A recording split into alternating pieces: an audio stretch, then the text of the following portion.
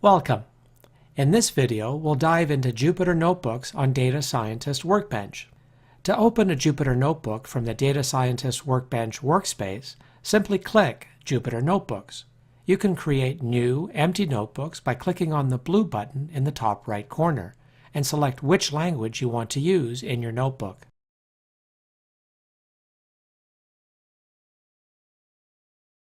You can then rename your notebook or share your notebook.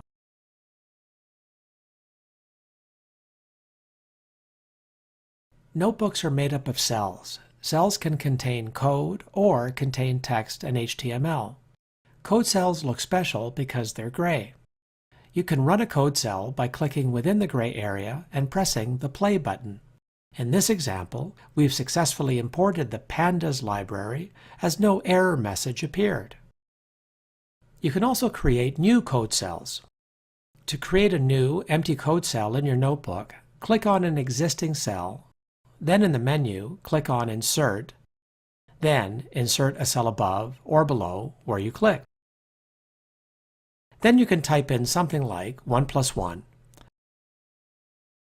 Press play and see the resulting output. Of course, you can also create graphs and show your plots throughout your notebook. You can see that this notebook uses Python 2 because it says Python 2 here.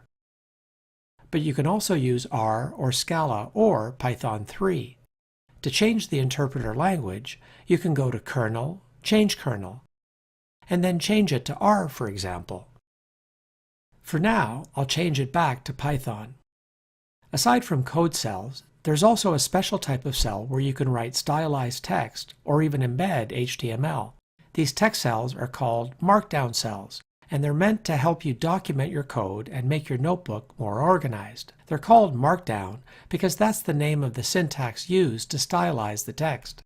To create a Markdown cell, click on an existing code cell, go to Cell, Cell Type, Markdown. This converts it into a Markdown cell that you can edit.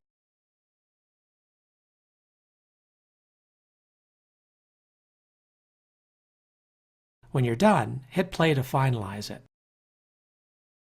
You can double-click the cell to edit as needed. Jupyter Notebooks automatically save every 2 minutes, but you can manually save by going to File, Save and Checkpoint. If you click on the arrow to the left of your notebook name, you can see a number of options, including Rename, Clone, and Download, where you download as a notebook. You also have the option to delete and submit to Spark Cluster. If you submit to Spark Cluster, it will show you how to submit to a local Spark cluster. You can also add tags to your notebooks and create categories for them.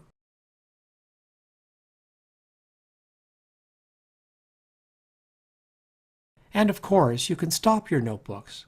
However, please remember that when you stop a notebook, Data Scientist Workbench closes it, and you lose any saved variables. So if you open it again by clicking on its name, you'll have to run your code again. It's good practice to stop notebooks that you know you won't be using for a while.